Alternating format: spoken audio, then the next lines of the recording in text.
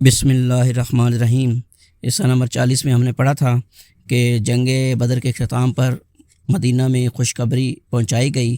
جیت کی، اور پھر مدینہ میں قیدیوں کو لایا گیا، اور پھر مدینہ میں قیدیوں کے بارے میں مشورہ ہوا، اور ابوبکر صدیق رضی اللہ تعالیٰ نے فدیہ لینے کا مشورہ دیا۔ عمر رضی اللہ تعالیٰ نے کہا کہ جو جس کا رشتہ دار ہے اس کے حوالے کرے اور اس کی گردن مار دی جائے، لیکن اگلے دن عمر رضی اللہ تعالیٰ نے جب مسجد نبی میں پہنچے تو حضور صلی اللہ علیہ وسلم اور ابوبکر صدیق رضی اللہ تعالیٰ عنہ رو رہے تھے، اور عمر رضی اللہ تعالیٰ عنہ آئے اور ان سے پوچھا کہ یا رسول اللہ صلی اللہ علیہ وسلم آپ کیوں رو رہے ہیں؟ تو حضور صلی اللہ علیہ وسلم نے فرمایا کہ جو تمہاری رائے تھی وہ اللہ کی رائے تھی، اللہ بھی چاہتا تھا کہ ان کی گردنیں ماری جائیں۔ ابھی یہ قیدیوں کے تبادلے اور قیدیوں سے فدیہ لینے کا ذکر ہی ہم یہ حصہ نمبر 41 میں پڑھیں گے۔ آپ صلی اللہ علیہ وآلہ وسلم نے اپنے داماد ابو العاص کو بھی اس شرط پر بلا فدیہ چھوڑ دیا کہ وہ حضرت زینب رضی اللہ تعالیٰ عنہ کی راہ نہ روکیں گے۔ اس کی وجہ یہ ہوئی کہ حضرت زینب رضی اللہ تعالیٰ عنہ نے ابو العاص کو فدیے میں کچھ مال بھیجا تھا، جس میں ایک ہار بھی تھا۔ یہ ہار در حقیقت حضرت خدیجہ رضی اللہ تعالیٰ عنہ کا تھا، اور جب انہوں نے حضرت زینب رضی اللہ تعالیٰ عنہ کو ابو العاص کے پاس رخصت کیا تھا تو یہ ہار انہیں دے دیا تھا۔ رسول اللہ صلی اللہ علیہ وآلہ وسلم نے اسے دیکھا تو آپ صلی اللہ علیہ وسلم پر بڑی رقت طاری ہو گئی، اور آپ صلی اللہ علیہ وسلم نے صحابہ کرام رضی اللہ تعالیٰ سے اجازت چاہی کہ ابو العاص کو چھوڑ دیں۔ صحابہ نے اسے بصور چشم قبول کر لیا، اور رسول اللہ صلی اللہ علیہ وسلم نے ابو العاص کو اس شرط پر چھوڑ دیا کہ وہ حضرت زینب رضی اللہ تعالیٰ عنہ کی راہ چھوڑ دیں گے۔ چنانچہ حضرت ابو العاص نے ان کا راستہ چھوڑ دیا، اور حضرت زینب رضی اللہ تعالیٰ عنہ نے ہجرت فرمائی۔ رسول اللہ صلی اللہ علیہ وسلم نے حضرت زید بن حارث رضی اللہ تعالیٰ اور ایک صحابی رضی اللہ عنہ کو بھیج دیا کہ تم دونوں وطن یا ججز میں رہنا، جب زینب رضی اللہ تعالیٰ عنہ تمہارے پاس سے گزریں تو ساتھ ہو لینا۔ یہ دونوں حضرات تشریف لے گئے اور حضرت زینب رضی اللہ تعالیٰ عنہ کو ساتھ لے کر مدینہ واپس آئے۔ حضرت زینب رضی اللہ تعالیٰ عنہ کی ہجرت کا واقعہ بڑا طویل اور المناک ہے۔ قیدیوں میں سہیل بن عمر بھی تھا جو بڑا زبان آور خطیب تھا۔ حضرت عمر رضی اللہ تعالیٰ عنہ نے کہا، اے اللہ کے رسول صلی اللہ علیہ وآلہ وسلم، سہیل بن عمر کے اگلے 2 دانت تڑوا دیجئے، اس کی زبان لپیٹ جایا کرے گی اور وہ کسی جگہ خطیب بن کر آپ کے خلاف کبھی کھڑا نہ ہو سکے گا۔ لیکن رسول اللہ صلی اللہ علیہ وسلم نے ان کی یہ گزارش مسترد کر دی، کیونکہ یہ مسئلے کے ضمن میں آتا ہے جس پر قیامت کے روز اللہ کی طرف سے پکڑ کا خطرہ تھا۔ حضرت سعد بن نعمان رضی اللہ تعالیٰ عنہ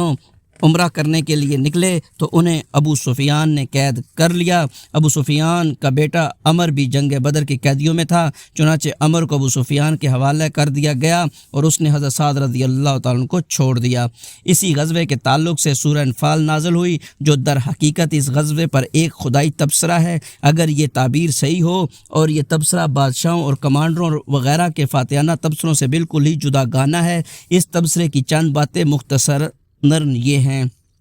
اللہ تعالیٰ نے سب سے پہلے مسلمانوں کی نظر ان کوتاہیوں اور اخلاقی کمزوریوں کی طرف مبذول کرائی جو ان میں فی الجملہ باقی رہ گئی تھیں، اور جن میں سے بعض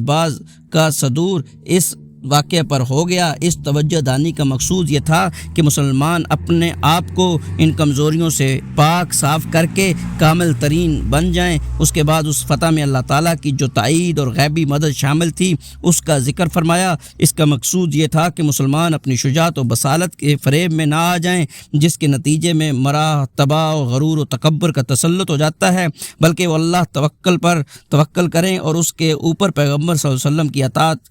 میں پیش رہیں۔ پھر ان بلند اغراض و مقاصد کا ذکر کیا گیا ہے جن کے لیے رسول اللہ صلی اللہ علیہ وسلم نے اس خوفناک اور خون ریز معرکے میں قید رکھا تھا، اور اسی ضمن میں ان اخلاق و اوصاف کی نشاندہی کی گئی ہے جو معرکہ میں فتح کا سبب بنتے ہیں۔ پھر مشرکین و منافقین کو اور یہود اور جنگی قیدیوں کو مخاطب کر کے ایسی بلیغ نصیحت فرمائی ہے کہ وہ حق کے سامنے جھک جائیں اور اس کے پابند بن جائیں۔ اس کے بعد مسلمانوں کو مال غنیمت کے معاملے میں مخاطب کرتے ہوئے انہیں اس مسئلے کی تمام بنیادی قواعد و اصول سمجھائے اور بتلائے گئے ہیں۔ پھر اس مرحلے پر اسلامی دعوت کو جنگ و صلح کے جن قوانین کی ضرورت تھی ان کی توضیح اور مشروعیت ہے تاکہ مسلمانوں کی جنگ اور اہل جاہلیت کی جنگ میں امتیاز قائم ہو جائے اور اخلاق و کردار کے میدان میں مسلمانوں کو برتری حاصل رہے، اور دنیا اچھی طرح جان لے کہ اسلام محض ایک نظریہ نہیں ہے بلکہ وہ جن اصولوں اور ضابطوں کا داعی ہے ان کے مطابق اپنے ماننے والوں کی عملی تربیت بھی کرتا ہے۔ پھر اسلام حکومت کے قوانین کی کئی دفعات بیان کی گئی ہیں، جن سے واضح ہوتا ہے کہ اسلامی حکومت کے دائرے میں بسنے والے مسلمانوں اور اس دائرے سے باہر رہنے والے مسلمانوں میں کیا فرق ہے۔ سنہ 2 ہجری میں رمضان کا روزہ اور صدقہ فطر فرض کیا گیا اور زکوٰۃ کے مختلف نصابوں کے تعین و تفصیل کی گئی۔ صدقہ فطر کی فرضیت اور زکوٰۃ کے نصاب کے تعین سے اس بوجھ اور مشقت میں بڑی کمی آ گئی، جس سے فقراء مہاجرین کی ایک بڑی تعداد دوچار تھی، کیونکہ وہ طلب رزق کے لیے زمین میں دوڑ دھوپ کے امکانات سے محروم تھے۔ پھر نہایت نفیس موقع اور خوشگوار اتفاق یہ تھا کہ مسلمانوں نے اپنی زندگی میں پہلی عید جو منائی وہ شوال 2 ہجری کی عید تھی، جو جنگ بدر کی فتح مبین کے بعد پیش آئی۔ کتنی خوشگوار تھی یہ عید، جس کی سعادت اللہ تعالیٰ نے مسلمانوں کے سر پر فتح و عزت کا تاج رکھنے کے بعد عطا فرمائی، اور کتنا ایمان افروز تھا اس نماز عید کا منظر، جسے مسلمانوں نے اپنے گھروں سے نکل کر تکبیر و توحید اور تمہید و تسبیح کی آوازیں بلند کرتے ہوئے میدان میں جا کر ادا کیا تھا۔ اس وقت حالت یہ تھی کہ مسلمانوں کے دل اللہ کی دی ہوئی نعمتوں اور اس کی ہوئی تائید کے سبب اس کی رحمت و رضوان کے شوق سے لبریز اور اس کی طرف رغبت کے جذبات سے معمور تھے، اور ان کی پیشانیاں اس کی شکر و سپاس کی ادائیگی کے لیے جھکی ہوئی تھیں۔ اللہ تعالیٰ نے اس نعمت کا ذکر اس آیت میں فرمایا ہے، اور یاد کرو جب تم تھوڑے تھوڑے تھے، زمین میں کمزور بنا کر رکھے گئے تھے، ڈرتے تھے کہ لوگ تمہیں اچک لے جائیں گے، پس اس نے تمہیں ٹھکانہ مرحمت فرمایا اور اپنی مدد کے ذریعے تمہاری تائید کی اور تمہیں پاکیزہ چیزوں سے روزی دی تاکہ تم لوگ اس کا شکر ادا کرو۔ بدر کا معرکہ مسلمانوں اور مشرکین کا سب سے پہلا مسلح ٹکراؤ اور فیصلہ کن معرکہ تھا، جس میں مسلمانوں کو فتح مبین حاصل ہوئی اور سارے عرب نے اس کا مشاہدہ کیا۔ اس معرکے کے نتیجے سے سب سے زیادہ وہی لوگ دل گرفتہ تھے جنہیں براہ راست یہ نقصان عظیم برداشت کرنا پڑا تھا، یعنی مشرکین، یا وہ لوگ جو مسلمانوں کے غلبہ اور سربلندی کو اپنی مذہبی اور اقتصادی وجود کے لیے خطرہ محسوس کرتے تھے، یعنی یہود۔ چنانچہ جب سے مسلمانوں نے بدر کا معرکہ سر کیا تھا، یہ دونوں گروہ مسلمانوں کے خلاف غم، غصہ اور رنج و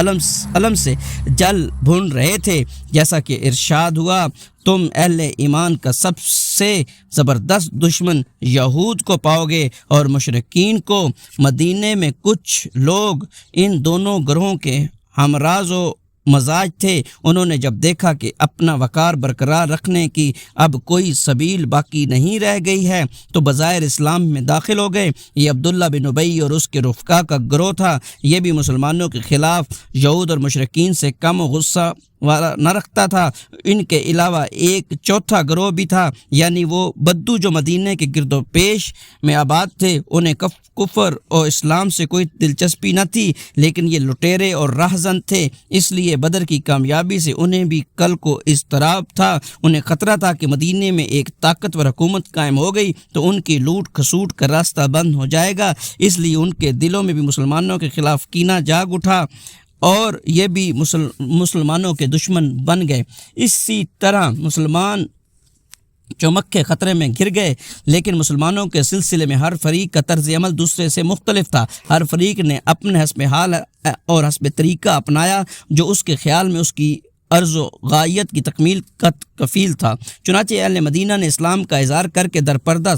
سازشوں اور وسیسہ کاریوں اور بہم لڑانے بھڑکانے کی راہ اپنائی۔ یہود کے گروہ نے خلم خلا رنج و عداوت اور غیظ و غضب کا مظاہرہ کیا۔ اہل مکہ نے کمر توڑ ضرب کی دھمکیاں دینی شروع کیں اور بدلہ اور انتقام لینے کے کھلا اعلان کیا۔ ان کی جنگی تیاریاں بھی کھلے عام ہو رہی تھیں، گویا وہ زبان حال سے مسلمانوں کو یہ پیغام دے رہے تھے، ایسا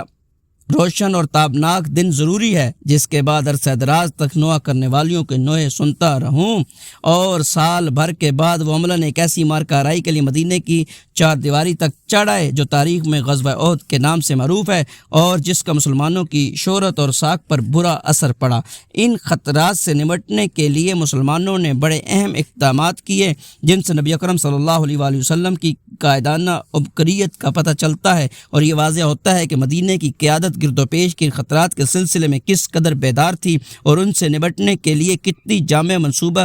رکھتی تھی۔ اگلی سطور میں اسی کا ایک مختصر سا خاکہ پیش کیا جا رہا